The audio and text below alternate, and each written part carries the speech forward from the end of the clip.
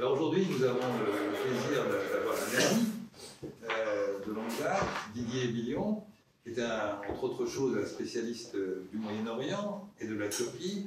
Son dernier bouquin s'appelle « La Turquie, un partenaire incontournable ». Ça en dit long. Et il a donc accepté de venir commenter ce qui vient de se passer. Et alors on s'est arrangé avec les autorités d'Ankara pour qu'il y ait un deuxième tour afin que ce midi ait lieu juste pas trop longtemps après les résultats du second tour. S'il y avait eu un premier tour, ça aurait été gênant, on aurait été un peu déphasé. Donc c'est très bien. On a discuté tous les deux pour savoir comment on organisait les choses et on a choisi, plutôt que de faire une intervention d'une demi-heure ou trois quarts d'heure, on a séquencé. Et on a séquencé avec un plan dont je disais à Didier qu'il était, comment dire, bouleversant d'originalité. Ça va consister à voir ce qui se passait avant ces élections, pendant ces élections et après ces élections. Je ne sais pas si vous avez suivi la pertinence et l'originalité de ce plan. Pourquoi ce plan? Parce que ça permet de contextualiser et de revenir un peu en arrière et pas avoir le nez plaqué sur la vitre de l'actualité de l'élection qui a eu lieu donc dimanche. Alors, le avant, pendant et après, ça donne quoi? Ça donne une série de questions, évidemment, qu'on va dérouler. Avant, c'est au fond, quelle est la situation? Alors, c'est Didier qui va choisir, mais moi, il y avait deux choses qui me paraissaient très, très importantes et qui pourraient à elles seules faire l'objet d'une discussion. Au fond, c'est un parti, l'AKP, qui est un parti islamiste, mais qui est aussi un parti nationaliste. Quelle est, au fond, la nature de ce parti, idéologiquement, sociologiquement aussi? C'est intéressant d'essayer de rappeler, parce qu'il surgit sur la scène turque par petits sauts successifs pour s'installer, au fond, au début de notre siècle, hein, mais il était déjà présent sous d'autres formes avant. Et puis ça, c'est une première question que je te pose. Donc, comment est-ce qu'on peut situer ça? Et puis la deuxième, moi, qui m'interpelle, c'est que c'est un mouvement qui est tout de même articulé sur une certaine forme d'islamisme, même s'il a évidemment des dimensions nationalistes. Mais il y a aussi le fait que c'est dans une république qui se dit laïque. Et sur la laïcité turque, il y a peut-être deux, trois choses à dire. Et enfin, le tout avec un système qui est, surtout depuis 2017, si je ne me trompe pas, depuis la révision constitutionnelle, un système qui est loin d'être une démocratie en termes d'organisation des pouvoirs. C'est-à-dire qu'en fait, aujourd'hui, c'est un système où la séparation des pouvoirs a été gommée tant par rapport au législatif, le Parlement, que par rapport aux juges et au pouvoir judiciaire ou à l'autorité judiciaire. Donc voilà. Donc si tu pouvais nous faire, disons en un petit quart d'heure, première séquence d'un quart d'heure, 20 minutes, on termine vers 5 heures ce soir. Hein, oui, il n'y a pas de problème. Donc un petit quart d'heure sur sur ces sujets. Tu choisis évidemment ce qui te paraît le plus pertinent dans toutes les questions que vient de te poser. Tu te débrouilles avec ça, quoi. Et après, on en viendra à la deuxième séquence qui est, bon, les élections, qu'est-ce qui s'est passé? Du coup, il en perd son micro. C'est lui qui n'est pas d'accord. Il en perd son micro. Voilà, Didier. Mais naturellement, dans ce cadre-là, Mais tes questions sont pertinentes ô combien. Mais ce qui est important, c'est tes réponses. Mes questions n'ont pas beaucoup d'intérêt. Bon, en tout cas, tout d'abord, merci pour votre invitation et pour votre présence à Touche. C'est toujours un plaisir de repasser à l'IREMO. Alors, évidemment, les questions, je disais en rigolant qu'elles sont toutes pertinentes, et tu disais qu'on pouvait faire ça jusqu'à 17h ce soir. Oui, effectivement, parce que ce sont des débats infiniment compliqués. Et ce que je constate, moi qui travaille depuis maintenant quelques décennies sur la Turquie, c'est que ce pays, mais ce n'est pas le seul dans ce cas, est souvent vu à travers des grilles d'analyse un peu binaires, en noir et blanc, alors que les choses, évidemment, comme partout, sont beaucoup plus subtiles, beaucoup plus complexes, beaucoup plus dialectiques, disait-on, à une autre époque. En tout cas, sur le contexte général. Alors, je commencerai peut-être par la question de la laïcité, parce qu'évidemment, ça revient constamment dans les réflexions, et on me pose souvent cette question, mais comment un parti de type islamiste, j'y reviens après, peut se développer dans une république laïque? Alors, il est vrai que la laïcité est inscrite en lettres d'or dans la Constitution turque de 1928. Elle a été depuis lors à maintes reprises amendée, modifiée, changée, mais cet article-là n'a pas été modifié, et donc la République de Turquie est toujours laïque. Sauf que, une fois que nous avons dit cela, c'est souvent, on l'entend à travers nos grilles de citoyens français. Quand on est citoyen français, on pense à la laïcité à la française. Sauf que la laïcité à la Tolka, elle est d'une nature totalement différente. Et c'est essentiel. C'est-à-dire qu'en Turquie, pour de bonnes ou de mauvaises raisons, le problème n'est pas de porter des jugements de valeur, mais vous n'avez pas une nette séparation entre la sphère privée, la sphère religieuse et la sphère publique. Ça n'existe pas.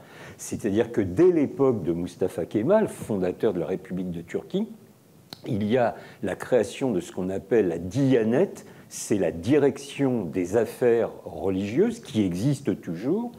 Et cette direction des affaires religieuses, à l'époque, était sous la tutelle du Premier ministre. Alors ce n'est plus le cas puisque Erdogan, lors du référendum de 2017 sur la réforme constitutionnelle, a purement et simplement supprimé le poste de Premier ministre. Comme ça va plus vite et c'est plus simple. Et donc, désormais, ça dépend directement de la présidence de la République turque. Et cette Diyanet, cette direction des affaires religieuses, comprenait bien qu'entre autres choses, elle salarie les imams. C'est-à-dire que les imams sont des fonctionnaires de l'État. Les imams détachés qui sont en France, envoyés par la Turquie, sont payés par l'État turc. Donc c'est pour nous, Français, mais il n'y a pas que des Français parmi nous, mais quelque chose qui nous interpelle. Moi, ça ne me choque nullement, mais ça nous interpelle. Donc on ne peut pas faire la comparaison avec ce qui se passe en Turquie. Sachez aussi, par exemple, que le sermon de la grande prière du vendredi, le texte est envoyé par la Diyanet dans toutes les mosquées de Turquie, voire même les mosquées turques de l'étranger. Donc ça indique un rapport de subordination entre la sphère politique et la sphère religieuse, en comprenant bien que c'est la sphère politique qui donne le là à la sphère religieuse. Donc c'est une religion sous contrôle. Et donc Mustafa Kemal, qui était ou se présentait comme un laïc très convaincu, ce qu'il était probablement, sauf que c'était une conception de la laïcité qui est très différente. Donc il faut déjà avoir cela en tête si on veut comprendre les développements de l'AKP. L'AKP, pour y arriver, alors l'AKP, pardonnez-moi, le Parti de la justice et du développement, le parti fondé et dirigé par Recep Tayyip Erdogan, il y a 22 ans, 23 maintenant, pardon, ce parti, quand il est apparu sur la scène politique, et puis surtout quand il est parvenu au pouvoir, a suscité à l'international, et en Turquie même, de nombreux débats. Était-ce un parti islamique, un parti islamiste, un parti islamiste modéré, etc., etc. Alors, ce n'est pas inintéressant, on peut discuter là, à perte de vue sur les qualificatifs. Pour ma part, j'essaye de prendre la question d'une façon différente. J'essaie de comprendre comment qualifier politiquement l'AKP et de quelle catégorie sociale est-il le porte-voix. Alors, première chose, je pense qu'il y a 3 qualificatifs qui peuvent s'appliquer et qui nous donnent un peu de distance par rapport à cette obsession que certains conçoivent à l'égard de l'islam politique. Alors, je suis sûr que ce n'est pas le cas ici, mais il y en a beaucoup dans nos entourages respectifs. Moi, je pense que l'AKP, c'est un parti, déjà au niveau économique, un parti libéral. D'ailleurs, c'est le propre de la mouvance de l'islam politique en Turquie comme ailleurs, en général. Alors je reste dans les généralités, si vous voulez, on pourra préciser, mais c'est un parti qui s'est parfaitement inscrit dans la logique du système capitaliste, qui procède d'un libéralisme assumé, un libéralisme économique assumé. Alors on peut être contre le capitalisme, mais dans ces cas-là, on ne vote pas pour l'AKP. Et d'ailleurs, on a vu que dans ses premiers pas politiques, l'AKP se donnait une image de vertu. Le mot AKP, en turc, c'est AK Parti, le parti blanc, le parti qui n'est pas corrompu. En 20 ans, les choses se sont considérablement modifiées et les cadres de l'AKP, ceux qui étaient à son origine, se sont moulés dans le système en profitant assez largement à tous les niveaux. Deuxième aspect, au niveau sociétal, c'est un parti conservateur, bon teint. Alors ça ne nous fait pas forcément plaisir. Je ne prendrai qu'un seul exemple. Je vais en prendre 2 même. Un exemple sur les femmes. Clairement, Erdogan, depuis très longtemps, a fait maintes discours, déclarations sur le thème. Je vais à l'essentiel, mais je ne défends... Dans mon bouquin que tu m'as fait l'amitié de rappeler, je prends des citations de discours de Erdogan sur ce sujet. En un mot, pour Erdogan, une femme qui n'est pas mariée, une femme qui n'a pas d'enfant n'est pas une femme accomplie. Donc la messe est dite. Je veux dire, on assigne les femmes. La messe. Oui, évidemment. Il y a assignation identitaire des femmes au rôle de mère de famille et de reproductrice. Bon. Il y a un deuxième cas sur les questions sociétales qu'on pourrait évoquer. Alors c'est d'actualité, puisque dimanche soir, Erdogan a fait 2 discours, un à Istanbul, puis après il a pris l'avion, il en a fait un deuxième tard dans la nuit à Ankara, le premier à Istanbul. Une nouvelle fois, et ça avait déjà été évoqué à maintes reprises dans la campagne électorale de ces 2 dernières semaines, c'est la question des LGBT. C'est une forme d'obsession. Nous ne sommes pas des LGBT, dit-il. Ah bon, c'est son problème. Et il insiste là-dessus. Et ceux d'ailleurs qui sont opposés à moi sont des LGBT.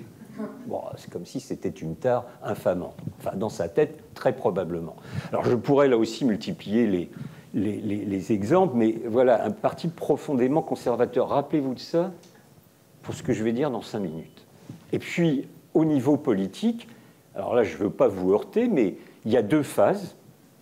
Schématiquement, il y a les 10 premières années où l'AKP est un parti démocratique, où en Turquie, il a élargi le champ des libertés individuelles et collectives. Et puis, il y a eu un tournant graduel, il n'y a pas une date précise, bien évidemment, au tournant des années 2010, où peu à peu, ce parti est devenu de plus en plus autoritaire, antidémocratique, comme tu le rappelais. Et puis, évidemment, ce processus a été amplifié, accéléré en 2016, suite à la tentative de coup d'État, où là, ce parti, clairement, a égratigné tout ce qui restait de liberté démocratique, avec des dizaines de milliers d'arrestations, avec un État de droit qui est pour le moins en piteux état désormais. Donc vous voyez, 3 qualificatifs qui permettent peut-être de mieux saisir, plutôt que de s'obséder sur le caractère islamiste, islamique, ou que sais-je encore. Pour autant, je ne veux pas gommer l'aspect religieux de l'AKP, parce qu'évidemment, et ça c'est une modification qui a été opérée dans le champ politique, c'est que, en dépit des caractéristiques de la laïcité à la turque que j'évoquais précédemment, on pouvait constater depuis la fondation de la République qu'il n'y avait pas de référent religieux dans la sphère publique, dans les discours publics, dans les discours politiques. C'est chose terminée. Désormais, alors ça s'est fait graduellement là aussi, mais il n'y a plus un seul discours de Erdogan qui ne fait pas mention au Coran, qui ne fait pas mention à Allah, qui ne fait pas mention aux prophètes, etc., etc. Et ce qui est assez troublant, c'est que même le parti d'opposition incarné par Kılıç Daroğlu, chef du Parti républicain du peuple, le parti fondé par Mustafa Kemal, on a les mêmes référents religieux désormais. Donc on voit que dans la sphère de l'expression publique, dans la sphère politique, il y a des référents religieux. Est-ce que pour autant, y a-t-il jamais eu, de la part de l'AKP depuis 20 ans, la volonté, au niveau juridique, de remettre en cause la laïcité? Non, jamais. La charia n'a jamais été un terme utilisé par les cadres de l'AKP, en tout cas publiquement. Il n'y a jamais eu un projet de loi, je dis bien jamais depuis plus de 20 ans, visant à remettre en cause l'aspect juridique de la laïcité. Alors dans la sphère publique, oui, il y a une forme de religiosité apparente, identitaire, qui se manifeste de plus en plus. Bien sûr, on peut le voir dans la tenue, on peut le voir dans les références utilisées par les uns et les autres. Ça, c'est un fait. Mais vous voyez, il ne faut pas tout tout caricaturer, tout schématiser. Je pense qu'il faut être un petit peu plus subtil pour comprendre les ressorts de cet AKP. Alors, dernière chose sur l'AKP. En fait, c'est un parti qui s'est assuré une base sociale et électorale forte. C'est pourquoi tous les pronostics qui indiquaient qu'il allait être battu, j'ai toujours été sceptique pour ma part, y compris ici, je crois, dans un débat que nous avions, que l'IREMO avait organisé au moment de la sortie de mon bouquin. J'avais expliqué ce phénomène qu'il ne fallait pas sous-estimer. Les faits m'ont donné raison, malheureusement, quelque part. Mais c'est un parti qui a su cristalliser ce que j'appellerais la revanche sociale de ceux et celles qui étaient exclus du système politique dominé par les kémalistes pendant 80 ans. C'est-à-dire qu'il y avait des secteurs de la population qui étaient exclus de facto et qui ont pris leur revanche, qui désormais peuvent s'affirmer à la fois comme responsables politiques, responsables économiques. Vous savez ce qu'on appelle les tigres anatoliens, c'est-à-dire ces entrepreneurs souvent de moyenne importance en termes économiques, qui ont créé leurs entreprises au centre de l'Anatolie. Il y a un certain nombre de pôles industriels au centre de l'Anatolie, qui sont donc des segments du capitalisme turc. Et ces hommes-là, ou ces femmes, et c'est plus souvent des hommes, il faut bien le reconnaître, eh bien, prennent leur revanche sociale. Ils s'affirment comme les nouvelles élites de la Turquie, alors qu'ils avaient été ostracisés parce que croyants, parce que musulmans, parce que pieux, pendant presque 80 ans d'existence de la République de Turquie. Donc voilà, il faut avoir ces données en tête, parce que ça nous permet, je crois, aujourd'hui, de comprendre le résultat électoral, ou les résultats électoraux. Alors, dernière chose, pour ne pas être trop long, sur la réforme constitutionnelle de 2017, donc déjà toujours penser au contexte. Tentative de coup d'État 2016, réforme constitutionnelle 2017.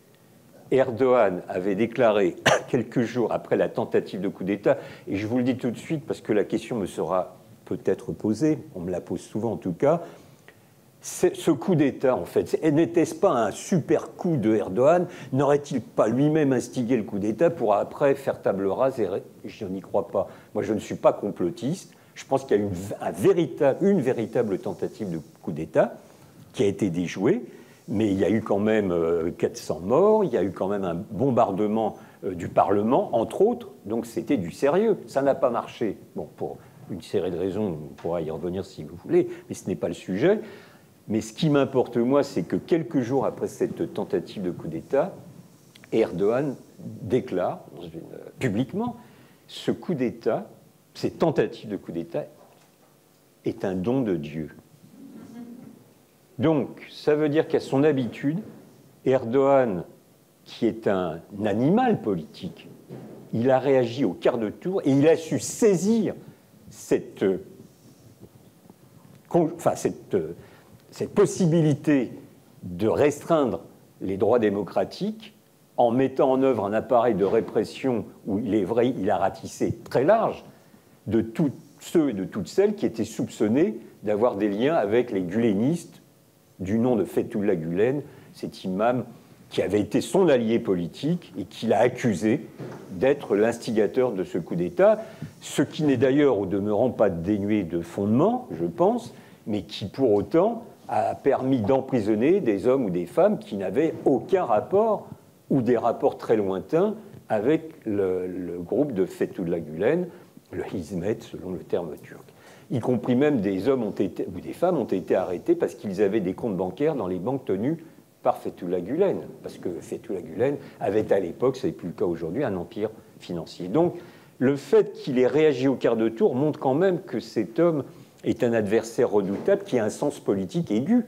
Alors on peut être en total désaccord avec lui, mais force est d'admettre qu'il a su s'imposer dans le champ politique pour les raisons que j'évoquais précédemment, et parce qu'il a compris une chose essentielle, mais fondamentale, c'est que s'il surfait sur la majorité sociologique électorale de son pays, majorité conservatrice, pétrie de valeurs religieuses, eh bien, il pourrait remporter nombre de victoires. C'est ce qu'il a compris, et ce que ces oppositions n'ont pas compris. Et ça, c'est essentiel. Et donc, on me dit, mais comment le peuple turc peut-il accepter ces mesures restrictives sur les libertés? Oui, mais ce n'est pas que ça. C'est aussi toute une série de valeurs qu'il défend et qui rentrent en écho avec ce que pense une partie, je ne dis pas tous, mais une partie du peuple turc. On reviendra sur les résultats après, je pense. Oui, deuxième séquence. Précisément. Mais comprenez bien cela. Et je souligne toujours qu'il y a eu, depuis son accession au pouvoir, en 2021, 14 échéances électorales. Celles-ci étaient les 15e. C'est 14 victoires successives.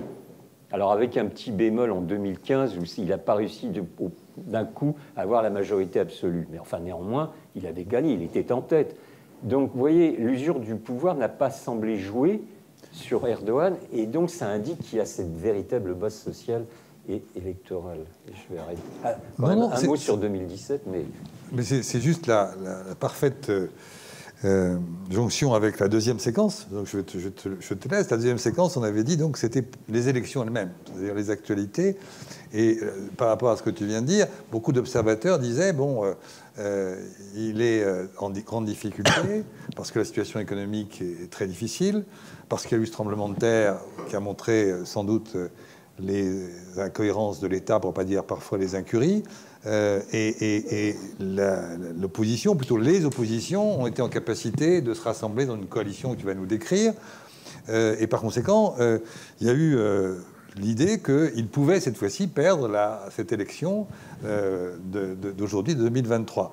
Et les sondages, certains sondages en tout cas, ont indiqué que c'était une possibilité tout à fait réalisable. Les résultats ont été très différents. Donc, ma question, c'est pourquoi est-ce que finalement, il a réussi? Mais tu viens déjà de commencer à répondre à la question que je ne t'avais pas posée, ce qui est quand même bien. Et donc, comment tu expliques ce succès? Parce que c'en est un, étant entendu qu'il faut le rappeler qu'il y avait aussi des élections législatives et que là, pour le coup, les législatives, il les a gagnées dimanche, enfin, il y a 15 jours. Donc voilà. Donc, et cette coalition, quelle est-elle? Parce que finalement, peut-être quand on a en face de soi une coalition, on voit surtout des segments très différents avec des contradictions qui sont rarement surmontables en réalité, où qu'on soit. Voilà. Donc, venons-en donc à ces résultats et à ton analyse des résultats. Alors, d'accord. La première chose qu'il faut garder en tête, c'est la situation de polarisation politique qui existe en Turquie, indépendamment même des rendez-vous électoraux.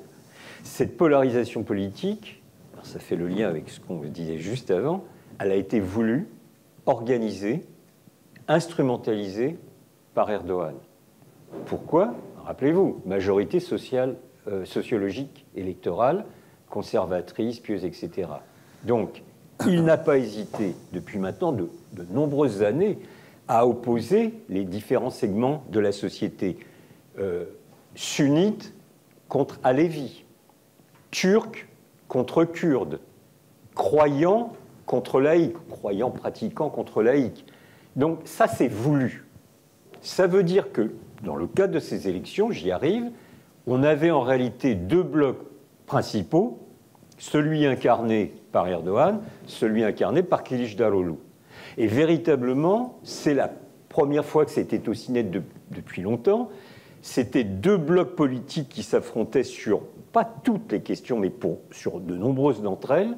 C'était deux projets de société qui s'affrontaient. Ça, c'est incontestable. Alors maintenant, rentrons dans les détails. Tout d'abord, Erdogan avait sa coalition et son alliance électorale habituelle. Habituelle parce qu'elle existe depuis le coup d'État, depuis 2016. C'est son parti allié principalement avec le Parti d'action nationaliste, qui, comme son nom l'indique, est un parti d'extrême droite, xénophobe, raciste, j'en passe et des meilleurs. Bon, ça c'est une alliance qui dure depuis 7 ans maintenant. Bon. De l'autre côté, vous aviez donc il y avait cette coalition de 6 partis. Je peux vous affirmer que les tractations entre ces 6 partis ont été longues. Ça a duré plus d'1 an. Plus d'1 an. Pourquoi ? Parce que cette table des 6, comme on dit en Turquie, elle est totalement hétéroclite. Vous avez principalement 2 partis, le parti républicain du peuple, celui de M. Kılıçdaroğlu, donc finalement celui qui est devenu le candidat uni de l'opposition, parti kémaliste, parti fondé par Mustafa Kemal en 1923, allié principal d'un parti, ça va vous faire sourire parce que les noms des partis en Turquie sont souvent un peu exotiques, c'est le İYİ Parti, le Bon Parti, qui est une scission du Parti d'Action Nationaliste, mais qui s'est recentré, mais enfin qui est un parti quand même dont le respect des valeurs démocratiques n'est pas toujours avéré, on va dire comme ça. Donc il s'est allié avec le parti kémaliste. Et puis vous avez 4 petits partis, dont 2 sont dirigés par d'anciens ministres de Erdogan. Un 5e, le Démocrate Party, qui est un petit parti de centre-droit, mais vraiment tout petit.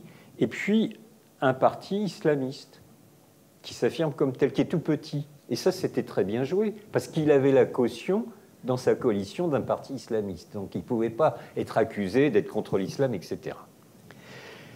Le problème, c'est que cette coalition, comme je l'ai indiqué, elle était hétéroclite. Et probablement un des facteurs qui permet aussi de comprendre, outre les facteurs structurels évoqués tout à l'heure, mais qui permet de comprendre les victoires et aux législatives et à la présidentielle, c'est que probablement, devant l'ampleur des défis qui se posent à la Turquie, et ils sont nombreux, situation économique très dégradée, j'y reviens, situation liée au séisme, 50 000 morts quand même, le séisme du 6 février, situation géopolitique compliquée, hein, c'est une région, enfin, nous sommes à l'IREMO, qui est un peu instable, un peu volatile, donc tout ça, ce sont des défis majeurs. Alors je pense qu'une partie de l'électorat s'est dit, ouais, bon, Erdogan, il est ce qu'il est, alors outre qu'il a son fan club avéré, et cette base électorale et sociale dont je parlais, mais c'est aussi un homme d'expérience, ce qui est vrai. C'est un homme qui a su relever nombre de défis, ce qui est vrai. C'est un homme qui a su hisser la Turquie dans le champ international, qui a su se faire respecter, qui sait discuter d'égal à égal avec ce qu'on appelle communément les grands de ce monde. Tout ça, ça a compté. Alors que si l'opposition, là c'est réglé maintenant, mais si l'opposition était parvenue au pouvoir, il y avait probablement au sein du corps électoral une inquiétude de l'aspect hétéroclite et de l'incapacité en réalité de cette opposition à gérer les défis économiques, politiques, sociaux et géopolitiques. Ça a sûrement joué. En tout cas, la campagne, pour y revenir, du côté de Erdogan et de son allié d'extrême droite, elle est classique.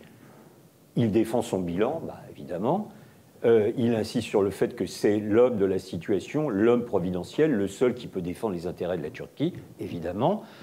J'ai lu, vous avez lu qu'il était affaibli, qu'il avait perdu son charisme.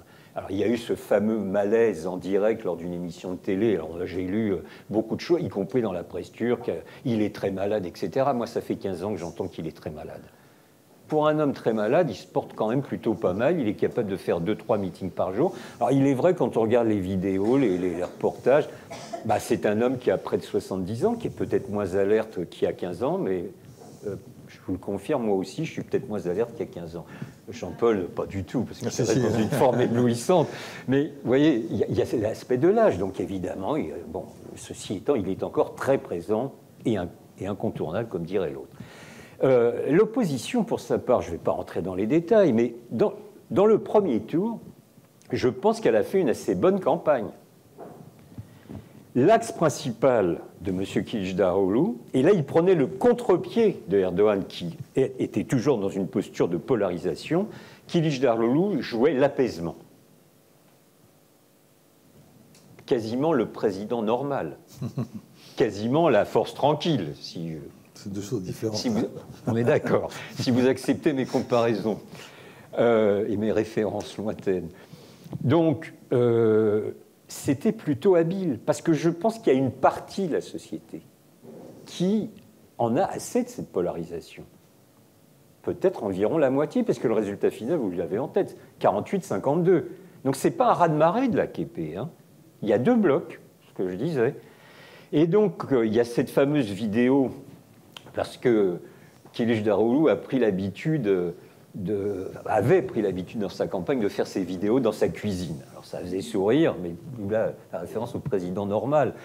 Il y en a une qui a fait un tabac, 116 millions de vues, donc ce qu'on appelle viral, où il dit « Je suis à Lévis ». Alors là, Lévis, c'est une secte hétérodoxe issue de l'islam, on rentre pas, on pourrait revenir si vous voulez. Tout le monde le savait qu'il était à Lévis, mais là, il l'affirme. Il fait son coming out à Lévis. Mais surtout, on n'a retenu que ça, mais il développe dans cette vidéo, il dit « C'est le moment où notre pays est désormais capable de faire vivre en harmonie ces différentes communautés, qu'elles soient religieuses, qu'elles soient ethniques. » Il pense aux Kurdes. Donc on voit bien, et ces axes étaient, je pense, totalement justes. Et il faut, je pense en tout cas, c'est mon point de vue, que de ce point de vue, la campagne de premier tour a été plutôt bien menée. Et d'ailleurs, le résultat du premier tour, c'est qu'il n'est pas distancé. Il est derrière. Il y a quand même plus de 2 millions de voix de différence. Mais enfin, il n'est pas largué, Kılıçdaroğlu. Et alors, problème. Et c'est là un indicateur que je veux souligner. Ce qui ressort clairement du premier tour, c'est que non seulement ça a déjoué tous les pronostics, presque tous les instituts de sondage, mais qui a un phénomène majeur, c'est l'affirmation centrale des forces nationalistes. Le nationalisme, pour moi, est le défi, un des défis principaux de la Turquie, plus que l'islamisme. Et d'ailleurs, l'AKP en tant que tel voit un léger effritement. Mais cet effritement est compensé par l'avancée des forces nationalistes. Non seulement ces forces nationalistes, on les trouve dans la coalition de Erdogan, on les trouve dans la coalition de Kılıçdaroğlu, et on les trouve dans ce qu'on a appelé le troisième homme, qui fait plus de 5% des élections, qui est un ultranationaliste. Ça fait beaucoup. Considérant cela, et Kılıçdaroğlu va totalement changer de cap dans l'entre-deux tours. Erreur manifeste. Ça, c'est valable pour la Turquie comme pour tout autre pays. Quand un parti politique change de cap totalement entre deux tours, c'est jamais très bon signe. Ça sent un peu la panique. Et là, les axes qui ont été développés par Kılıçdaroğlu entre les deux tours, je vous donne mon point de vue, vous m'invitez, je vous dis ce que je pense, sont totalement pitoyables et condamnables. C'est une campagne centrale, dure, alors que ce n'était pas du tout les postures qu'il avait avant le premier tour. Il voulait apparaître comme un homme assez tranquille, calme, bon, pondéré. Là, c'est une campagne agressive qui se dirige quasi exclusivement contre les réfugiés syriens, dont vous savez qu'ils sont alors entre 3,6 millions, 3,8 millions, peut-être un peu plus, peut-être un peu moins. Et c'était des thèmes que les partisans du grand remplacement n'auraient pas désavoués. Ils sont là, c'est un danger pour nous. Il y en a même un des lieutenants qui a juré, ce sont des violeurs. Bon, enfin, on a la totale. Donc c'est infiniment grave. Infiniment grave. Et ça ne lui a pas porté profit. Parce qu'une partie de son électorat a été désarçonnée. Donc l'idée de ces stratèges, ou pseudo-stratèges, c'était de dire qu'il faut capter une partie de l'électorat nationaliste. Il s'est planté totalement. Oui, totalement. Même s'il atteint les 48% quand même au deuxième tour. Quand même. Hein. Je ne veux pas nier cette différence, elle existe, mais elle n'est pas énorme non plus. Alors il y a un troisième parti dont je veux vous parler quand même dans cette campagne électorale. C'est le Parti démocratique des peuples, qui est le parti kurdiste, je vais l'appeler comme ça, qui porte donc une partie des revendications kurdes, mais qui est aussi le parti où nombre de membres de la gauche radicale se retrouvent. Ce parti était devant un choix compliqué, déjà qu'il est menacé d'interdiction. Il est sous une procédure judiciaire, que nombre de ses cadres ont été emprisonnés, dont le principal d'entre eux, Selahattin Demirtas, qui est en prison depuis de nombreuses années. Donc un parti qui est dans une situation très compliquée, au quotidien, j'entends. Certains de ses sièges, ses locaux sont attaqués régulièrement, etc. Bon. Que fallait-il faire tactiquement au premier tour? Ils ont fait un choix qui me semble assez sensé, c'est d'appeler, dans un premier temps, ils avaient dit à tout faire pour battre Erdogan. Donc on avait compris. Et puis, dans un deuxième temps, avant le premier tour, ils ont dit on appelle à voter Kılıçdaroğlu. Donc, la consigne était claire. C'était tactiquement, je pense, assez habile. Le problème, c'est au deuxième tour. Parce que non seulement les réfugiés ont été ciblés, dénoncés, mais y compris la question kurde a été un peu accusée de tentative de séparatisme. Et là, l'électorat du HDP, le Parti démocratique des peuples, s'est retrouvé lui aussi prise à revers, si je puis dire.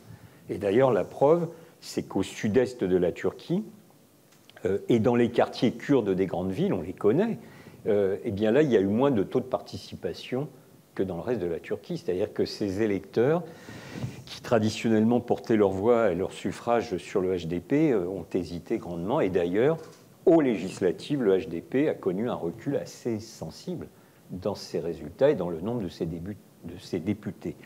Donc, on est dans une situation où le résultat est désormais connu, où la campagne a été très dure, très, très violente, y compris physiquement. Avant le premier tour, il y a des meetings de l'opposition qui ont été attaqués physiquement, donc ça a commencé à chauffer sérieusement.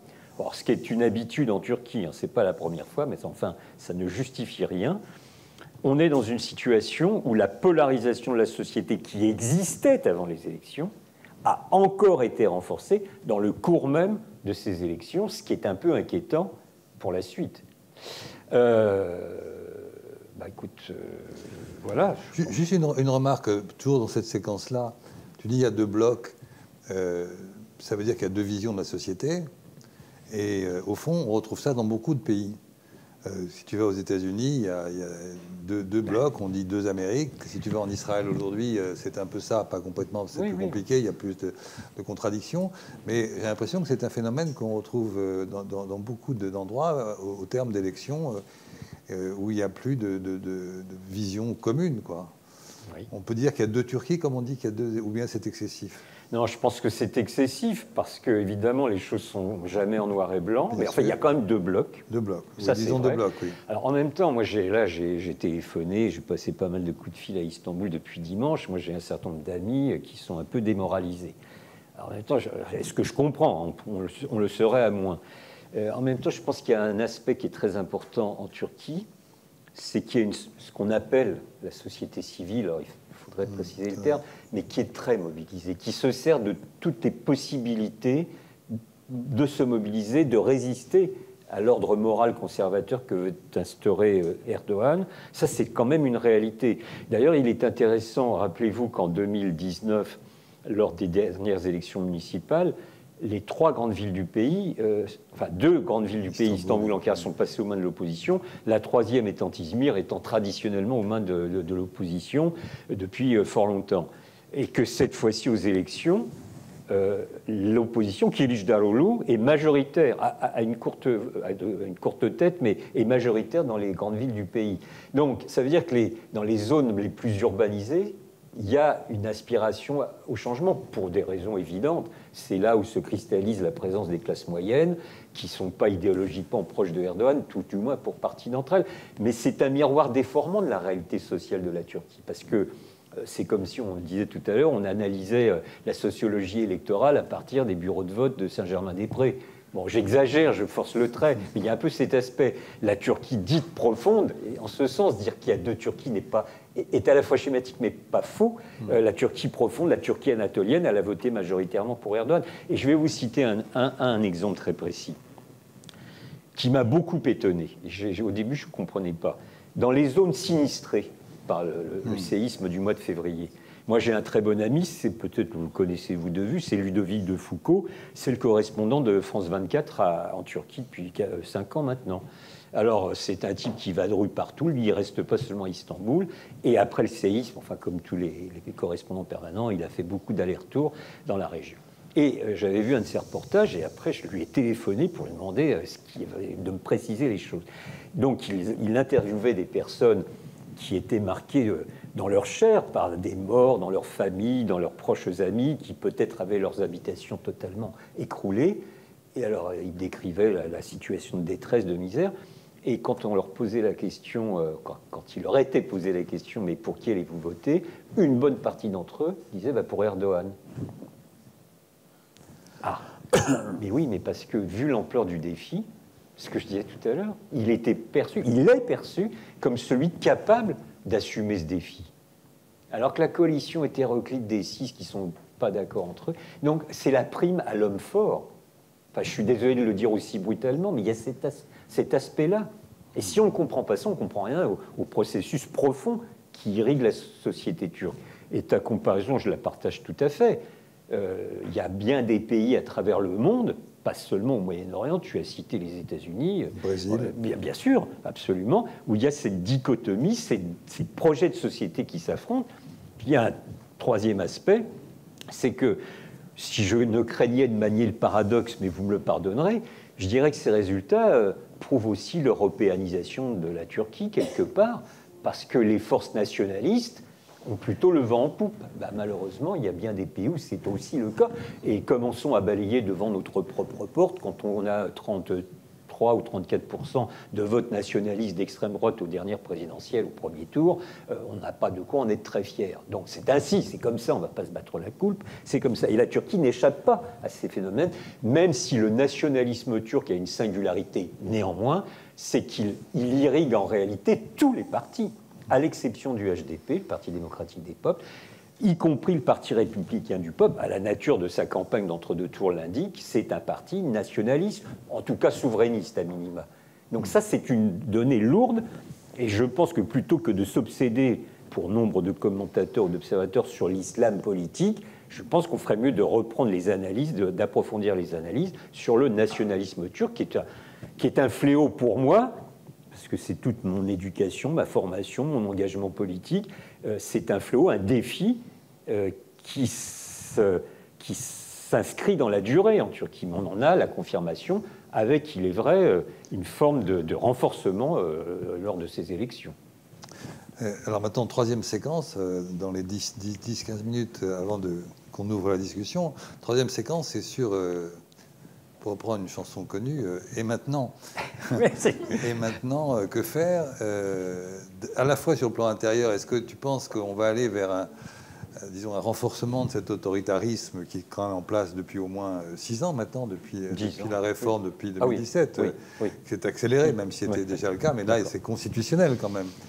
Donc, est-ce qu'on va dans ce sens-là, avec tout ce que ça implique? Tu parlais des Kurdes. Tu n'aimes pas que je mette ça au pluriel. Tu disais, mais c'est les Kurdes quand même. Tu parlais de l'Anatolie. Ils sont un peu orphelins, les Kurdes, dans cette affaire. Alors qu'il y a quelques années, on pensait qu'il pouvait y avoir des débuts de solutions. Donc, est-ce qu'on va vers ce renforcement d'autoritarisme à l'intérieur, qui est finalement accepté quelque part? Les gens ont voté aussi pour ça, ou en tout cas, ils n'ont pas voté contre. En tout cas, pour les 52%. Et puis, l'autre dimension, bien entendu, c'est, pour reprendre le titre de ton bouquin, un partenaire incontournable, c'est-à-dire quid de sa politique étrangère, qui a été, depuis quelques années, une politique extrêmement active, présente sur tous les fronts, que ce soit dans le Caucase, que ce soit en Libye, que ce soit en Syrie, évidemment, ça va de soi. Enfin bon, donc il y a ces deux dimensions. Est-ce que tu peux nous dresser à grands traits, nous faire un peu de prospective pour les temps qui viennent? Alors, il n'y a pas de mare de café ottoman, c'est dommage, on aurait pu lire dedans, mais bon. J'y ai pensé, mais... Bon, alors tout d'abord, au niveau politique intérieur, j'ai entendu des gens me dire, bon, alors il est une nouvelle fois vainqueur, il est à la fin de sa carrière politique, il peut constitutionnellement bénéficier encore de ce mandat, puis plus après. Oui, on est d'accord. No comment. Une constitution, ça se change. On est d'accord. Bon, ceci étant, il a près de 70 ans, donc il est quand même sur la dernière phase de sa vie politique. Alors, certains me disaient, mais pour cette raison, il va peut-être calmer les choses, il va peut-être relâcher. Ben, non, je pense que c'est une erreur totale. Non seulement il va continuer, mais je crains qu'il aggrave encore la politique liberticide. Parce qu'il y a l'hubris de la victoire, classique. Il fallait quand même l'entendre et à Istanbul et à Ankara dimanche soir. C'était un langage de victoire. Il n'a pas pu... Alors au début, il dit c'est la victoire des 85 millions de Turcs, nous sommes tous unis, il n'y a pas de vainqueur, pas de perdant. Oui, ça, c'est les 2 premières minutes. Puis très rapidement, bing, bang, sur l'opposition. Il voulait reprendre Istanbul et Ankara. Alors voilà, j'y arrive.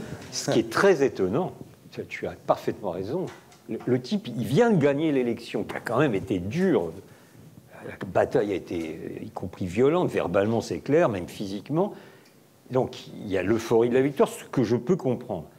Et dans son discours, il dit, bon maintenant, il faut passer à la suite. On va reprendre Istanbul et Ankara. Donc au combat, camarades, en avant, on n'arrête pas, ce n'est pas fini. Ah ben c'est quand même étonnant. Il y a peu de chefs d'État qui viennent d'être élus, qui se projettent déjà dans la bataille suivante. Ils peuvent le faire très vite, mais le soir même. À Istanbul, les résultats définitifs, oui, ici, ils étaient connus. Mais enfin, bon, peu importe. Donc, je pense que ce serait une illusion totale que de croire que les choses vont s'améliorer du point de vue des droits démocratiques. Non, ça ne sera pas le cas. Alors, ça ne passera pas facilement, il y a une résistance, mais enfin, il détient... la plupart des leviers de l'appareil d'État, ce qui a été aussi un des facteurs de sa victoire. Je ne l'ai pas évoqué, mais évidemment, il y a une symbiose désormais entre l'AKP et l'appareil d'État. C'est même un parti-État. Il a investi tous les rouages de cet appareil d'État. Il a donc utilisé les ressources de l'appareil d'État, et ça compte. Je ne vous l'ai pas dit, parce que ce n'est pas seulement cette victoire le fruit de son génie politique. Dans le mois qui a précédé le premier tour, il y a eu des études très précises. Dans la chaîne télévisuel public, la TRT. On a fait le compte, il y a un institut qui a fait le compte. Il y a eu un delta de 1 à 60 du temps de parole entre lui-même et Kılıçdaroğlu. 1 à 60. Ça doit faire rêver Macron, ça. Je pense. Et on sait que 80%, environ 80% des médias sont aux mains d'amis de M. Erdogan, de l'AKP, etc. Donc il y a une inégalité. Moi, je pense que techniquement, le 14 mai, le 28 mai, il y a eu des fraudes, mais peu en réalité, et l'opposition avait mis au point un dispositif de surveillance, mais tout ce qui précède est profondément inégalitaire et inéquitable. Ça, c'est clair et net. Alors, donc, de ce point de vue, il n'y aura pas de modification. La question qui se pose, mais là, je n'ai pas la réponse tout de suite, parce qu'on connaîtra probablement la composition du nouveau gouvernement vendredi, c'est ce qui est dit, on verra, enfin dans 2-3 jours en tout cas, quelle est la place qu'il va donner aux forces nationalistes. En fait, c'est véritablement un des enjeux. Et de toute façon, comme tu l'as rappelé tout à l'heure, au Parlement, avec ses alliés nationalistes, il a la majorité absolue. Alors, ce n'est pas suffisant pour modifier la Constitution, mais c'est suffisant pour faire passer la loi des finances, etc. Donc, évidemment, c'est essentiel. Donc, il n'y aura pas de changement de cap de ce point de vue-là, je le crains vivement. Et donc, l'opposition va être obligée aussi de revoir son logiciel politique pour tenter de s'opposer le plus efficacement possible aux mesures liberticides, socialement réactionnaires, d'instauration ou d'approfondissement d'un ordre moral qu'une partie de la population n'accepte pas. Une partie, au moins 48% des électeurs de Kılıçdaroğlu. En matière de politique extérieure, il n'y aura pas de modification radicale. Les fondamentaux seront là. Et d'ailleurs, au passage, je fais une incise. Si l'opposition était passée, là je fais de la politique fiction, il n'y aurait pas eu de modification des fondamentaux. Il y aurait eu des inflexions, oui, 3 fois oui, mais pas sur les fondamentaux. Et ça, c'est pas propre à la Turquie. La politique extérieure d'un État, elle a ses règles, son fonctionnement, et ça transcende les gouvernements. Tant mieux, quelque part. Bon. Alors, en tout cas, la réalité nous montre que ce sera lui qui continuera à être aux manettes. Et je ferai une remarque de méthode, tout d'abord. On présente souvent, en matière de politique extérieure, Erdogan comme un idéologue. C'est nullement le cas. C'est un pragmatique absolu. C'est un type qui est doué d'une forme de plasticité incroyable. Donc il s'adapte, il fait des coups. Alors ça ne suffit pas pour faire une politique extérieure. La seule fois où il a voulu faire un choix stratégique, il s'est totalement planté, c'était en 2011, au moment des révoltes arabes, où il y a eu une période de flottement, parce que personne ne s'attendait à ces révoltes dites printemps arabes, enfin, il n'y a pas qu'en Turquie. Il y a eu une hésitation. Puis finalement, il a décidé de s'inscrire dans le mouvement de soutien à ces mouvements de révolte et de contestation. Et il a fait, rappelez-vous, à l'époque, le choix de s'appuyer sur la mouvance de l'islam politique, des frères musulmans en l'occurrence, principalement. Et là, il s'est planté, parce qu'on le voit aujourd'hui, cette mouvance est sur la défensive. Alors souvent, on soumet à la répression, confère l'Égypte, confère la Tunisie, ou à des guerres civiles, confère la Syrie, bon, enfin, etc. On ne va pas faire la liste ici. Mais là, il a fait une erreur. C'est que les alliés principaux qu'il avait choisis, ça s'est avéré le mauvais cheval, si vous me passez l'expression. Mais pour autant, c'est un homme de coup. Alors, il y a une incise aussi, pardonnez-moi, sauf sur un continent où là, il y a une suivie, c'est l'Afrique. C'est étonnant, et il va continuer, de voir les avancées de la Turquie au niveau politique, au niveau économique, bien sûr, au niveau soft power, comme on dit en bon français. Les avancées de la Turquie en Afrique sont assez significatives. Et là, il y a un vrai plan d'ensemble qui est mis au point et par l'appareil d'État et par les responsables économiques du pays. Ça, c'est incontestable. Pour le reste, je pense qu'il va s'inscrire dans ce qui se fait depuis maintenant 2-3 ans. Vous vous rappelez que, notamment au Moyen-Orient, pour commencer par là, il y était très fâché avec Israël, avec l'Arabie Saoudite, avec les Émirats Arabes Unis, avec l'Égypte.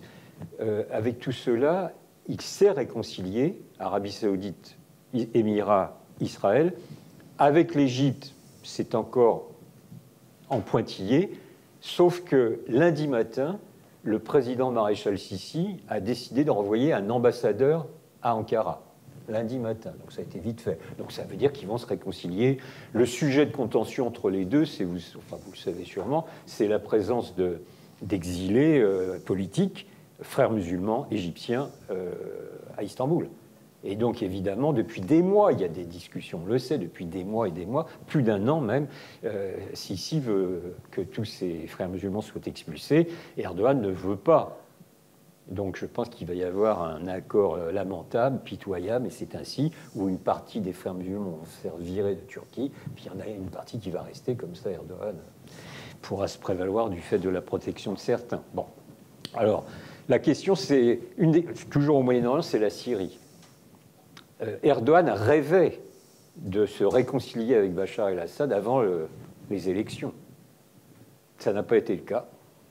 Ça, c'est l'autisme politique de Bachar el-Assad, mais autisme politique qui lui porte plutôt profit, puisqu'il a été réintégré dans la Ligue des États arabes. Donc il est plutôt, c'est incroyable de le dire ainsi, mais plutôt en position de force. Et Bachar el-Assad a une exigence qui n'est pas dénuée de fondement, c'est qu'il exige le retrait des troupes turques qui se trouvent au nord de la Syrie avant de poursuivre les discussions. Mais elles sont engagées. On sait que les responsables des services de renseignement turcs et syriens se sont rencontrés à de multiples reprises. Nous savons que les ministres de la Défense turcs et syriens se sont rencontrés. L'étape suivante devait être la rencontre entre les ministres des Affaires étrangères. Ça n'a pas eu lieu pour l'instant, mais à mon avis, ça ne saurait trop tarder. La grande question qui va se poser dans les semaines à venir, c'est l'Union européenne. Il n'y a aucune raison que Erdogan modifie son rapport à l'Union européenne. Il va continuer une politique d'avancée, de recul, de chantage, notamment sur les réfugiés, et ça va continuer.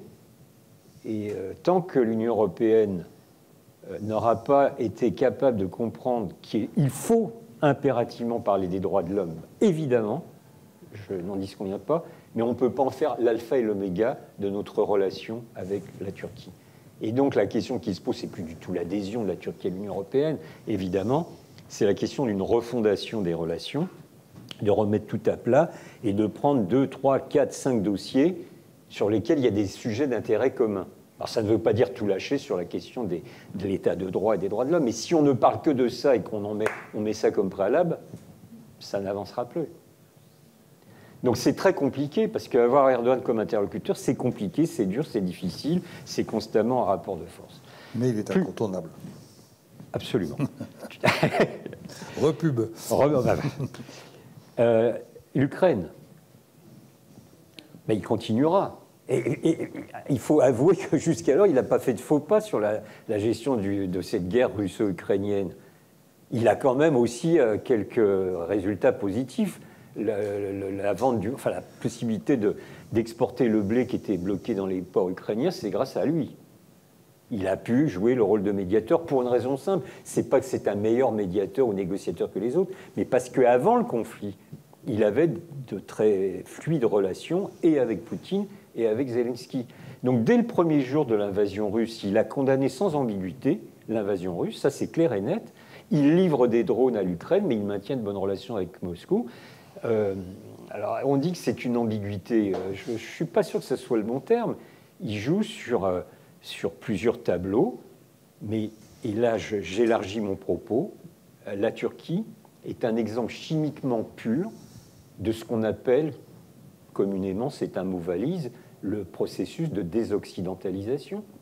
Regardez dans le monde aujourd'hui, il y a une condamnation majoritaire de l'agression russe en Ukraine, à l'ONU, mais par contre, minoritaires sont les États qui appliquent les sanctions. Les sanctions, alors on peut le regretter ou pas, mais c'est un fait, les sanctions ne sont le fait que des puissances occidentales, au sens large, pas champ géographique, c'est l'Union européenne, c'est les États-Unis, c'est le Canada, puis le Japon, l'Australie, la Nouvelle-Zélande. Le reste du monde, il y a des petits États comme la Chine, comme l'Inde, comme le Brésil, qui n'appliquent pas les sanctions. Et bien, la Turquie fait partie de ceux-là. Donc elle va continuer ce jeu qui est la marque de la situation internationale dans laquelle nous nous trouvons. C'est très compliqué, il y a une situation d'apolarité. Mais c'est comme ça.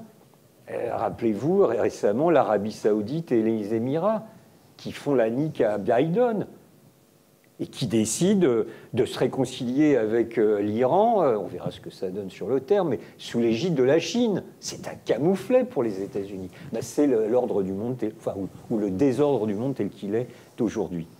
Alors, sur l'Ukraine, pour terminer là-dessus, je pense que là aussi, il y a l'hubris de la victoire d'Erdogan. Il l'a dit à plusieurs reprises, « Je suis celui qui va faire la paix en Ukraine ». Évidemment, on lui laisse la responsabilité de ses propos, mais je pense que la souhaitable résolution de ce conflit, le souhaitable cessez-le-feu, dans les meilleurs délais sera souhaitable. La Turquie y sera partie, mais ça ne sera pas la seule puissance. Il y a pareil un petit État qui s'appelle la Chine qui, on le comprend, commence à manœuvrer sérieusement avec d'autres atouts que ceux de la Turquie. Mais la Turquie sera quand même un élément incontournable. Alors, dernière chose, la relation aux puissances occidentales, l'appartenance de la Turquie à l'OTAN. Ben, la Turquie ne sortira pas de l'OTAN. Elle ne veut pas. C'est encore sa meilleure assurance sécurité. Personne d'autre ne peut lui fournir autant d'assurance sécurité que l'OTAN, même si les relations au sein de l'OTAN sont parfois rugueuses, difficiles, conflictuelles, mais elle restera dans l'OTAN. Et puis surtout, ceux qui dirigent l'OTAN, Washington pour ne pas les nommer, ne veulent pas voir la Turquie partir. Ceux qui décident à Washington, au-delà des déclarations des responsables politiques, mais ceux qui sont les responsables des décisions politico-stratégiques, ont toujours compris la Turquie comme un enjeu géostratégique. Les droits de l'homme, ils s'en contrefoutent. Et dans le dispositif états-unien régional, mais pas seulement au Moyen-Orient, Caucase, Asie centrale, la Turquie reste un élément pour Washington de stabilité. En dépit et au-delà de tous les désaccords et les bisbis qui existent. Donc l'OTAN ne verra pas le départ de la Turquie. Alors se pose la question de la Suède. Eh ben moi, je vous fiche mon billet. Je n'ai pas de date, mais que tôt ou tard, Erdogan va accepter que la Suède rentre dans l'OTAN. Il l'a fait avec la Finlande, il le fera avec la Suède. Alors ça peut être dans un mois, dans 6 mois, j'en sais rien, ça. Mais il le fera. Alors il aura quelques retours, quelques avantages qui lui seront laissés, mais il l'acceptera. Et ça, c'est un mode de fonctionnement de la diplomatie turque, c'est pas à propos seulement de la Suède, que dans une négociation, quelle qu'elle soit, c'est de tirer l'accord jusqu'au dernier moment, puis au dernier moment, hop, on accepte le compromis. Il y a un revirement des dernières heures. C'est très fréquent avec avec la diplomatie turque. Donc, bon, je ne fais pas un tour d'horizon du monde entier, mais pour l'essentiel, je ne crois pas... Enfin si, j'ai sûrement oublié beaucoup de choses. Mais non. Merci Didier. Donc, on tient notre timing. Les 3 séquences ont été analysées. Maintenant, bah, écoutez, la parole est à vous, aussi bien en ligne qu'en présentiel. Il y a toujours un petit avantage à être en présentiel quand même. C'est un vocabulaire nouveau, ça, le présentiel. Mais en même temps, il y a ceux qui habitent loin et qui peuvent suivre ainsi. Monsieur, vous êtes en présentiel, vous êtes... allez-y. Merci beaucoup, d'abord, pour toutes ces explications. Et ce qui m'intéresserait de savoir, c'est si le monde musulman, islamique, en dehors de la Turquie, vote Erdogan. C'est-à-dire, quelle est sa capacité d'influence, de séduction? Est-ce que, finalement, il ne représente pas l'idéal d'un grand nombre de peuples islamiques, musulmans et quelle est cette capacité d'influence et peut-être aussi de nuisance? Je pense aux relations qui ont été très difficiles avec le président français ces dernières années. L'élection d'Erdogan est probablement une mauvaise nouvelle pour Macron. Est-ce que c'est juste un jeu superficiel de la part d'Erdogan, quelque chose qui relève vraiment d'un peu d'huile sur le feu, ou est-ce qu'il y a une logique, est-ce qu'il y a une vision de sa part? Merci beaucoup. On répond question par question, c'est plus facile. Comme tu veux. Oui, vas-y. Alors, pas trop long pour qu'on puisse laisser la parole. Alors sur le monde musulman, vous avez raison, c'est une question très importante parce que il y a eu de nombreux discours de Erdogan disant que la Turquie allait apparaître comme le leader du monde musulman, etc. Sauf que ce monde musulman, je dirais même ces mondes musulmans en réalité, n'ont nulle envie de passer sous les fourches caudines de Erdogan, parce que chacun aussi défend ses intérêts nationaux. Alors tout particulièrement au Moyen-Orient, parce qu'il y a quand même le souvenir contrasté, on va dire comme ça, de l'Empire ottoman. Donc non, Erdogan sera sûrement... Enfin, la Turquie, au-delà d'Erdogan, sera sûrement un pays qui va compter dans cette partie du monde, au sens le plus large du terme, mais pas du tout en position de leader, indépendamment des visées de Erdogan. Ça, je n'y crois pas une seule seconde. Ça ne fonctionnera pas.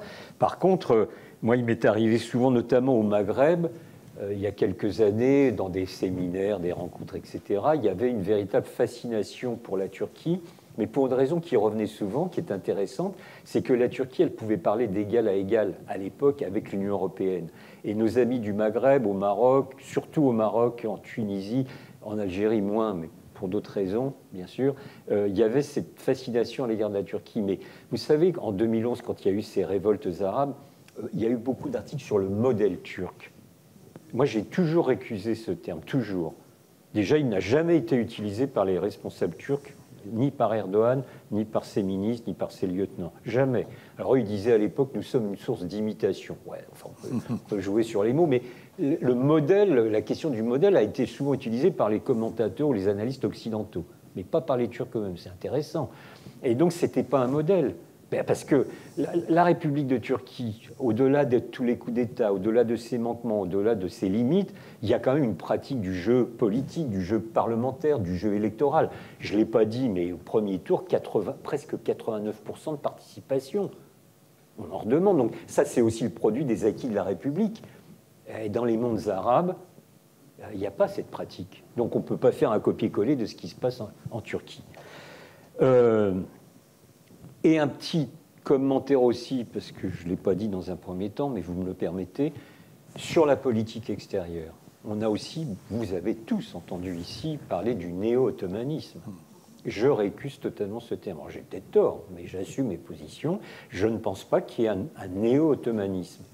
Dans le domaine de la politique intérieure, oui, il y a une forme de néo-ottomanisme, mais ça, c'est idéologiquement contre le kémalisme. Ça s'explique. Alors, il y a la totale. Les modes vestimentaires, certaines cités pour les classes moyennes pro-AKP qui ont été construites avec un mauvais goût absolu, totalement kitsch, soi-disant un style ottoman. Makache, il n'y a pas un style ottoman. Il y a le style Selçukli, il y en a plusieurs, selon les moments de développement de la Turquie pré-républicaine. Donc, il y a les séries. C'est terrifiant, les séries. Alors, il y en a un paquet qui se vendent d'ailleurs dans une partie du reste du monde, mais c'est terrifiant. Alors là, c'est l'Empire ottoman ou les périodes avant l'Empire ottoman. Alors avec ces guerriers toujours super Rambo, avec des moustaches postiches qui sont assez mal réalisées. Enfin, c'est assez drôle à voir. Mais sur le fond, c'est toujours très viriliste, très guerrier. Tout ça, ça compte. Mais pour autant, je pense qu'il y a ses limites. Et donc, je récuse le terme de néo-ottoman pour une raison simple. C'est que ça ne vous a pas échappé. L'Empire ottoman avait une politique d'empire. Et comme tous les empires du monde, qu'ils soient romains, qu'ils soient napoléoniens, un empire ne peut fonctionner qu'en s'accroissant continuellement, jusqu'au moment où il atteint son apogée, puis il se rétracte. Et bien, l'Empire ottoman, il a fait pareil. Mais est-ce que le projet de Erdogan, c'est de transcender, de refonder, de redessiner les frontières? Nullement. Alors, il a d'autres moyens à sa disposition. En ce sens, le terme de néo-ottoman ne me convient pas. Alors, deuxième question. Macron, les relations à la France, elles sont exécrables. En réalité, je pense qu'il... Alors, je ne veux pas personnaliser les choses, mais je pense que Macron et Erdogan ne peuvent pas se saquer. C'est comme ça.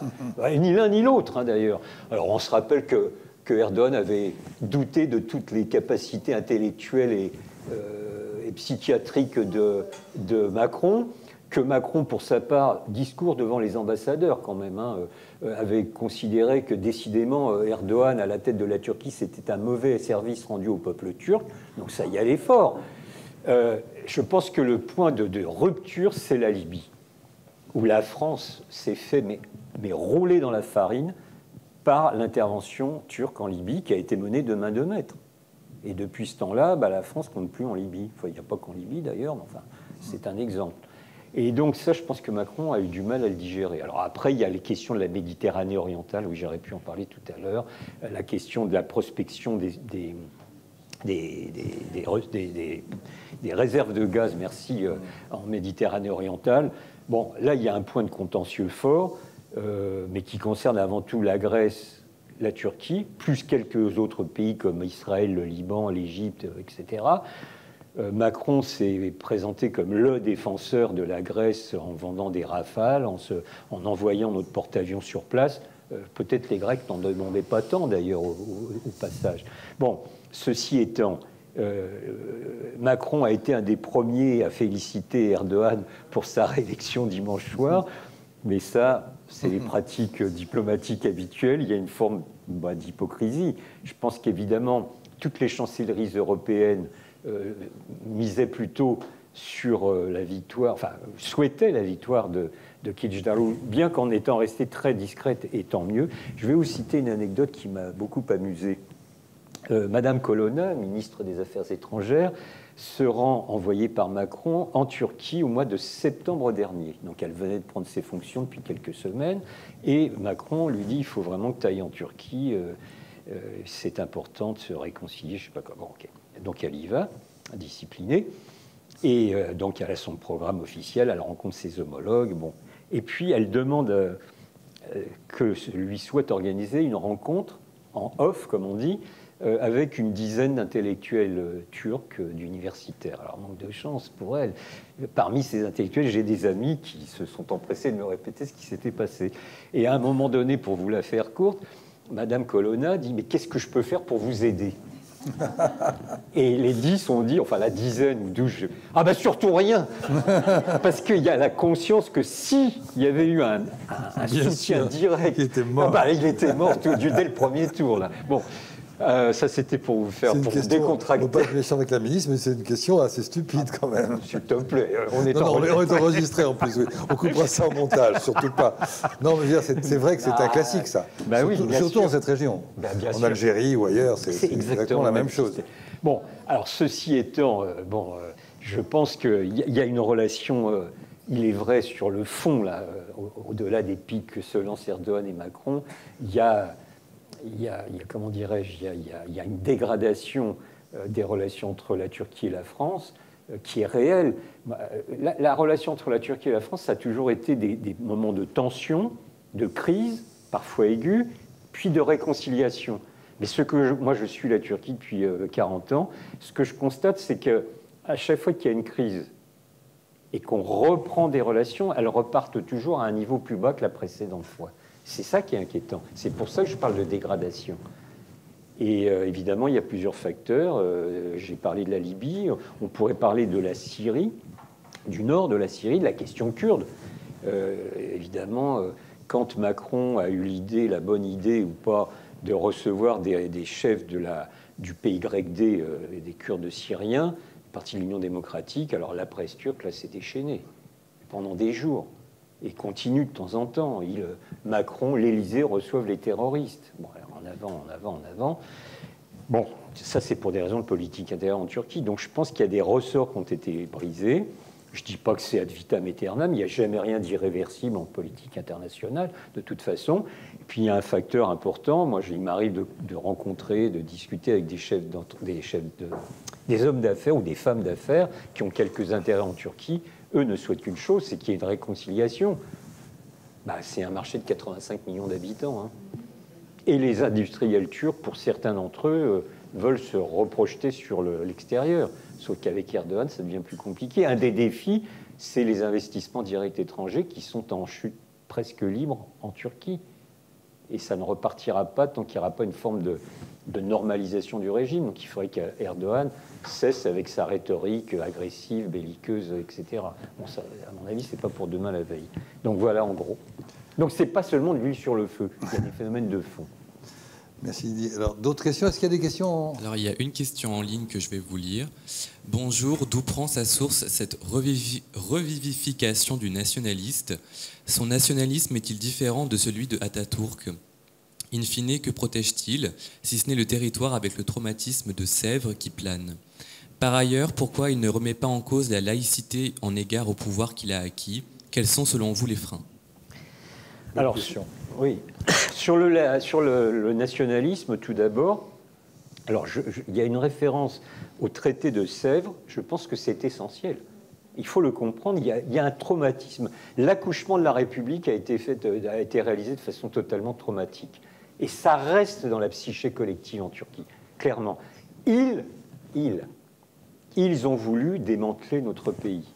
Alors, il est vague. Il est parfois un peu complotiste. Mais ce qui est clair, c'est qu'il est instrumentalisé par Erdogan, mais par ses prédécesseurs aussi, qui étaient de bons laïcs, ou se présentaient comme tels.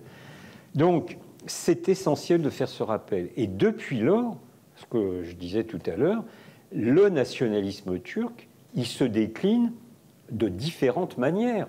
Civile, le Parti républicain du peuple, fondé par Mustafa Kemal, est un parti à minima souverainiste, pour ne pas dire nationaliste, et à l'intérieur duquel il y a une aile nationaliste, clairement. Alors, ils ne le sont pas tous, il y a des nuances.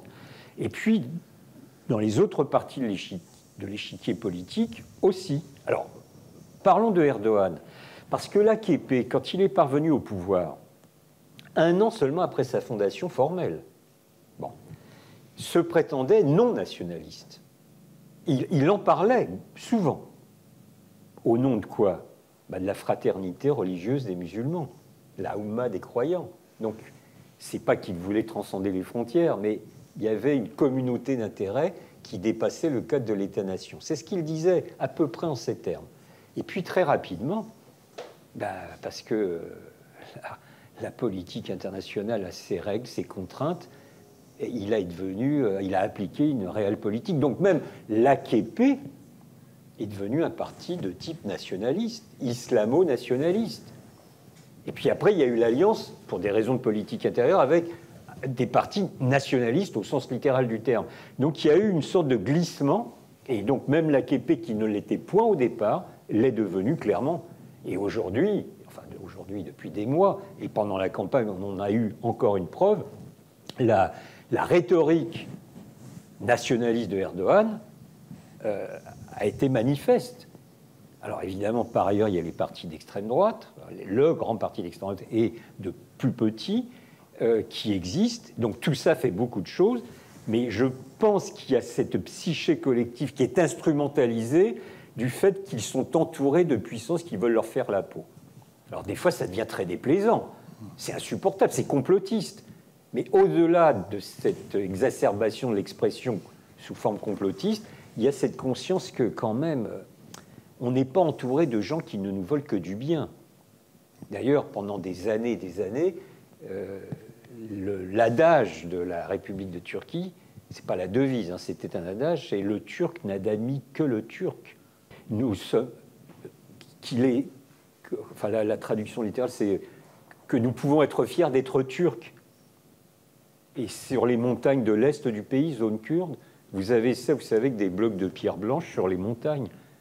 Nous pouvons être fiers d'être Turcs. Vous allez à Chypre, il sépare en deux, pareil, vous avez sur la montagne de la partie turque cet adage. Ça donne le ton.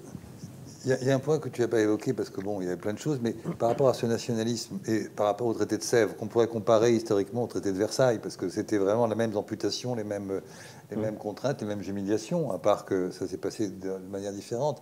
Mais la suite, si on prend le sujet, qui est un sujet un peu technique, mais qui est la question du droit de la mer, la question des eaux territoriales, ça vient de loin, ça. Et ce qui se passe aujourd'hui, le fait qu'il ait refusé la convention sur le droit de la mer, parce que ça nous renvoie à Lausanne, qui n'a pas pris en compte la question des îles. Enfin bon, tu peux te dire un mot là-dessus, parce que là, c'est du très concret. Il y a des enjeux économiques et politiques majeurs. Quoi. Oui, tout à fait. Tout à l'heure, quand j'ai parlé de la France et de son environnement, j'ai oublié de mentionner la Grèce. Enfin, je l'ai évoqué, mais trop vite. Oui. Sur cette question du droit de la mer, donc déjà, on peut toujours exiger de la Turquie d'appliquer la convention dite de Montego Bay, qui régit le droit international de la mer. Sauf que la Turquie ne l'a pas signé. Ouais. Donc elle n'est pas obligée de l'appliquer. Ça, c'est la loi internationale. C'est la règle du droit international. Voilà. Ça, c'est la première chose. La deuxième chose, je pense qu'il faut que nous sachions faire la différence entre le fond et la forme. La forme, c'est les discours insupportables de Erdogan sur cette question, ces derniers mois, ces dernières années. Amis grecs, ou plutôt peuple grec, faites attention, nous pourrions débarquer dans la nuit noire sur vos îles. Il a dit ça. Bon, ça fait peur.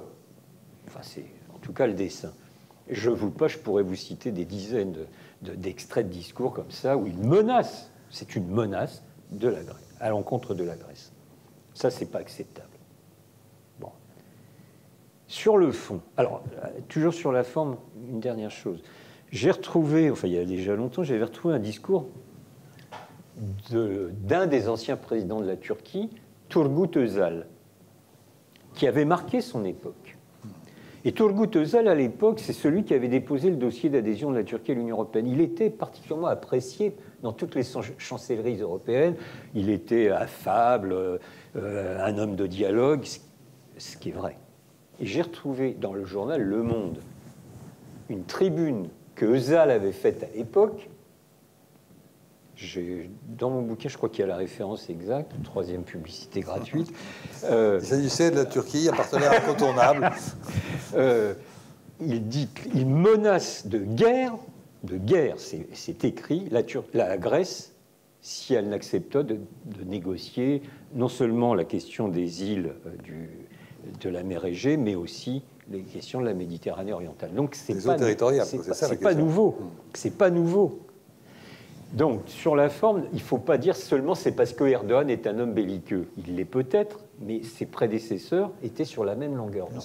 Alors, sur le fond, je ne suis pas spécialiste du droit maritime international, mais quand on regarde la configuration géographique, force est d'admettre qu'on ne peut pas exclure la Turquie, qui est le pays qui a les plus longues bordures maritimes de la région, du jeu de prospection et de partage des découvertes. Mais ça doit être réglé par la négociation, bien sûr. Il ne s'agit pas de faire une guerre.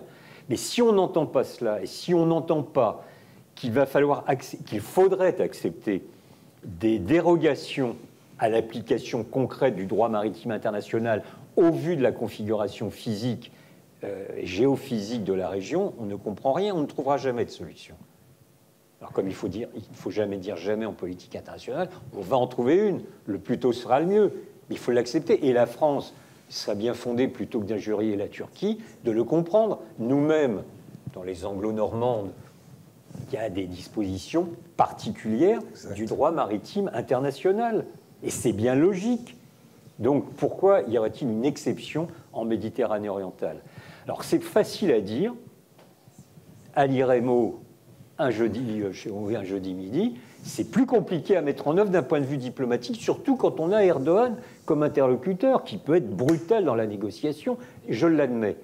Mais la seule façon de s'en sortir, c'est d'accepter qu'il y a un droit maritime international, certes, mais qu'il peut être, qui peut accepter des dérogations dans son application concrète en fonction des données concrètes de la géographie de telle ou telle région. Si on accepte ça, on a déjà fait un grand pas. Et après, il y a de la négociation. Ça, c'est le rôle des diplômes. Oui, parce qu'en fait, l'idée, c'est que la souveraineté, donc le départ des eaux territoriales, elle est à partir des territoires des îles. Et par conséquent, il ne reste plus grand-chose si on regarde la carte pour la Turquie. Et ton exemple avec les îles anglo-normandes est très, très judicieux, parce qu'effectivement, ça ressemble évidemment en miniature. Oui. Mais c'est ça. Et donc, du coup, il y a les eaux territoriales grecques, elles arrivent juste en face de la Turquie, et par conséquent, la Turquie n'a plus de possibilité d'avoir ni véritable eau territoriale, si bien sûr il y a un minimum, et surtout de zone économique qui permettrait d'aller explorer les fonds pour trouver des ressources. Donc c'est vrai que ça nous renvoie à la souveraineté sur les îles, qui nous renvoie à l'histoire, qui nous renvoie au départ de Lausanne, car Lausanne n'avait pas géré ça, il avait géré tout ce qu'on voudra, mais pas les îles. Tout à fait. Alors, je ne sais pas comment ils auraient pu le gérer, bien entendu, mais ils auraient pu le faire en sorte qu'il y ait une souveraineté aussi turque. Mais Kemal Atatürk, au moment de la négociation sur Lausanne, n'a pas parlé des îles. C'est assez intéressant. Donc l'histoire et la géographie se combinent pour arriver à la situation aujourd'hui. Et facteur supplémentaire, ce que tu dis, c'est qu'à l'époque, Atatürk était obsédé par la sauvegarde du territoire terrestre, du continental. Et Erdogan, à plusieurs reprises, pas pendant la campagne, il y a déjà quelques années, a dit « Moi, je vais défendre véritablement les intérêts nationaux du pays », ce que n'a pas fait Mustafa Kemal. Bien sûr. Il a bouté les forces françaises, grecques, italiennes, etc., hors du territoire, mais les îles n'ont pas été reprises comme il aurait pu l'être dans le rapport de force. Donc ça nous renvoie à Lausanne, puis ensuite à la Seconde Guerre mondiale, enfin bref. Encore une ou deux questions. Alors il y en a plusieurs, alors qu'est-ce qu'il y a essayons de poser des questions brèves et des réponses brèves pour que personne ne se sente frustré. Dans la période qu'on a qualifiée de précédente, il y a eu un rôle essentiel de l'armée à plusieurs reprises notamment. Donc je suppose que cette armée n'a plus d'existence. Qu'est-ce que c'est devenu maintenant? Elle a encore un pilier impressionnant. Elle a encore une grande existence. Tu peux répondre très brièvement, même si le sujet est énorme, parce qu'il y a 3 questions derrière. Oui. Elle a une existence physique, parce que je rappelle toujours qu'en nombre, je ne dis pas en opérationnalité, mais en nombre, c'est la 2e armée de l'OTAN, toujours. Donc elle est très présente physiquement. Deuxième chose, cette armée, elle a subi de nombreux coups, et donc elle n'a plus la possibilité, actuellement, d'avoir un rôle politique. C'est-à-dire que je crois que Erdogan, mais c'est plutôt à son actif, il a remis l'armée dans ses casernes, ce qui aurait dû toujours être son rôle. Et je rappelle toujours qu'il y a eu des coups d'État récurrents en 1960, 71, 80, 97, ça fait beaucoup. Et puis 2016, là, ça a été un fiasco. Depuis lors, l'armée, elle est rentrée dans ses casernes. Et d'ailleurs, mais je ne veux pas être long, dans la nuit du coup d'État, il y a sûrement eu un deal entre une partie de l'état-major qui finalement ne s'est pas ralliée aux putschistes, un accord secret avec Erdogan, mais je vous le jure, je n'étais pas 4 pattes sous la table. Que se sont-ils dealés en mauvais français? Je n'en sais rien. Ce que je peux vous dire, c'est que le chef d'état-major de l'armée s'est retrouvé ministre de la Défense quelques mois plus tard. Bon. Il y a peut-être un lien entre les deux. Peut-être, on va dire comme ça. Madame, allez-y. Donc c'est réglé. L'armée, pour l'instant, c'est réglé. Elle ne marche pas. Madame? Donc, brève question, brève réponse. Oui, tout à fait. C'est au sujet du résultat du vote de la diaspora en faveur de Erdogan. Alors qu'on suppose que ce sont quand même des gens qui ont quitté leur pays pour des raisons économiques, politiques, etc. Alors pourquoi ce vote en faveur d'Erdogan? Alors je vais prendre le cas de la France, si vous me le permettez. On n'a pas le temps. Hein? L'Allemagne, ça sera pareil. Donc France et Allemagne. Là, j'ai plus tout à fait les chiffres, mais de mémoire en France, je ne sais plus si c'est 62 ou 66% de vote pour Erdogan. Donc une moyenne nettement supérieure à la moyenne en Turquie même. Pourquoi? Ça peut paraître bizarre, mais il y a 2 raisons. Une raison conjoncturelle, c'est que même si ces hommes et ces femmes restent très profondément turcs au fond d'eux-mêmes, ils ne vivent pas en Turquie. Donc les effets de l'inflation, ils ne la connaissent pas. La crise économique, ils la connaissent. Enfin, ils la connaissent comme les citoyens français. Mais enfin, on n'a pas 90% d'inflation en France, heureusement. Et donc, quand ils retournent en vacances avec des euros, c'est tout bénef. Alors ça compte quelque part. Donc ils ne subissent pas les effets de la crise. Mais il y a une raison beaucoup plus fondamentale. C'est la structure sociologique de l'immigration turque en France ou en Allemagne, ou en Belgique ou en Hollande. C'est très intéressant. Alors je ne parle pas de ceux qui sont nés en France. Je ne parle pas des 2 et 3e générations. Mais initialement, l'immigration turque au sein de l'Union européenne, c'est des hommes et femmes qui viennent de l'Anatolie profonde, qui ne sont pas passés par la case Istanbul ou Ankara. C'est-à-dire que ce sont des hommes, ce n'est pas une critique de ma part, qui sont pétris de valeurs très conservatrices. Or, on sait que cette communauté turque, en France, en Allemagne, elle est très endogamique, ils se mélangent peu, et ils maintiennent ces traditions. Et donc Erdogan, pour les raisons qu'on a évoquées tout à l'heure, apparaît comme le tenant des aspects traditionnels, des valeurs traditionnelles conservatrices. Et le tour est joué, ce qui explique les 62 ou 6%. Ah oui, c'est énorme. Encore une question? Il y avait des questions, non? Par là. Ah oui, allez-y, vous avez le micro. Alors, après, vous l'aurez aussi, excusez-moi. Alors moi aussi, je vais essayer d'être... On va distribuer plusieurs micros à la fois, comme ça va régler la question. Monsieur, je vous en prie. Je vais essayer d'être bref. Bref question, s'il vous plaît. Alors, c'est l'héritage que va ou veut laisser Erdogan. Si on part du principe que c'est son dernier mandat, donc est-ce qu'il pense à une succession? Est-ce que l'AKP pense à une succession? C'est la question à 100 lire turc, ça. Non, pour l'instant, il a fait le ménage autour de lui. C'est-à-dire que tous ses compagnons de combat qui ont fondé l'AKP, etc., tous les uns après les autres, ont démissionné de la vie politique ou se sont fait un peu mettre de côté consciemment. Alors le plus connu pour ceux qui bossent sur la Turquie, c'est Abdullah Gül, qui a été son compagnon le plus proche, qui a fondé l'AKP, qui a été président de la République de Turquie avant Erdogan. et qui est complètement sur la touche. Maintenant, il cultive ses lauriers. Il ne fait plus partie de la vie politique. Et on pourrait multiplier les exemples. Alors, quid de l'avenir? Là, vous me posez une colle. Alors, on parle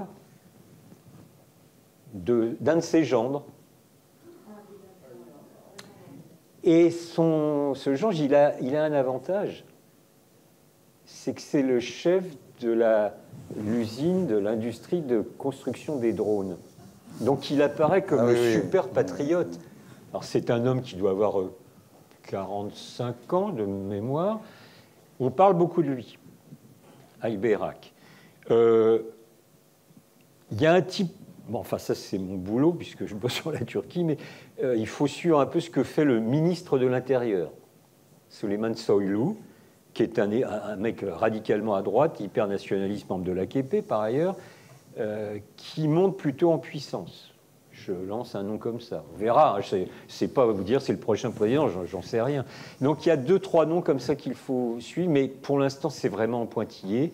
Et je pense que comme dans tous les régimes autocratiques de ce type, il ne tient pas trop à désigner rapidement le successeur qui pourrait lui faire de l'ombre, voire même avoir de mauvaises idées. Bien sûr. Son successeur, pour lui, c'est d'abord lui-même. C'est absolument, mais c'est plus sûr ainsi, je pense. Dernière question, monsieur, donc. Dernière question. Qu'est devenu Gülen et son mouvement?